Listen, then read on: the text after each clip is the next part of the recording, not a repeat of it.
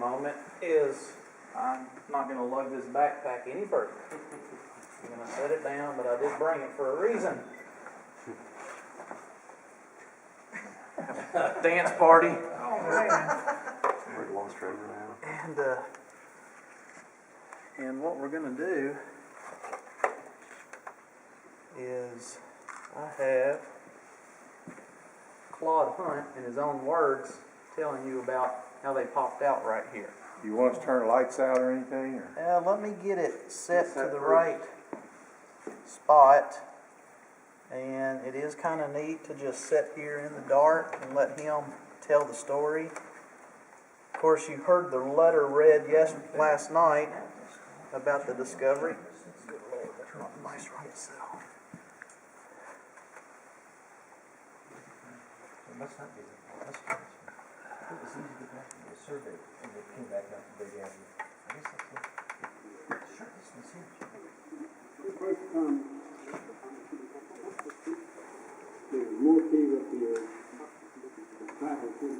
Now, real quickly, this was recorded in 1976, I think, on a reunion trip down here. And what you'll hear in the background is the roar of the Coleman lamps, the sound.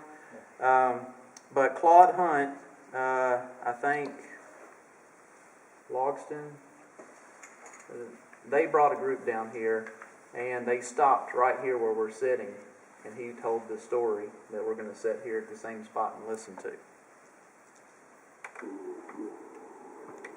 Well, now what I'm going to try to do is try to attempt to tell you how we come about taking this exploring trip and why. Well, at that time, the cave was owned by the National Park Service, and Superintendent Mr. Hoskins and the Chief Guide, Mr. Charlet, wanted some eyeless fish to go in these bowls to show to the public along as you go through the cave.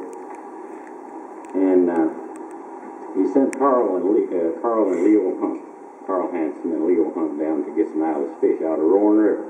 Now that's another river, just a different name. It's a continuation of Echo River. And they went down to look for these eyeless fish, and they had these boats, flat-bottom boats. They had to pull along and carry over places where the water wasn't deep enough for the boat to float.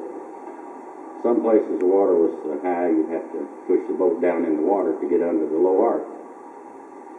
And that was pretty hard work, dragging the boats along.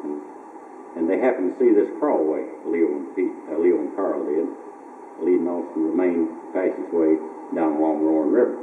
They decided to look it out to see what was in it. So they went up in this passageway, I guess I would say maybe a quarter of a mile. They come to a big stone that had blocked the passageway entirely. They decided to come back, but they noticed it looked like it widened out on the other side. They came out of the cave that day, and they went to the Chief Guide, Martin Charlet, and asked him for more help. Maybe if they could get by this big, large stone that had dropped down and stopped the crawlway up.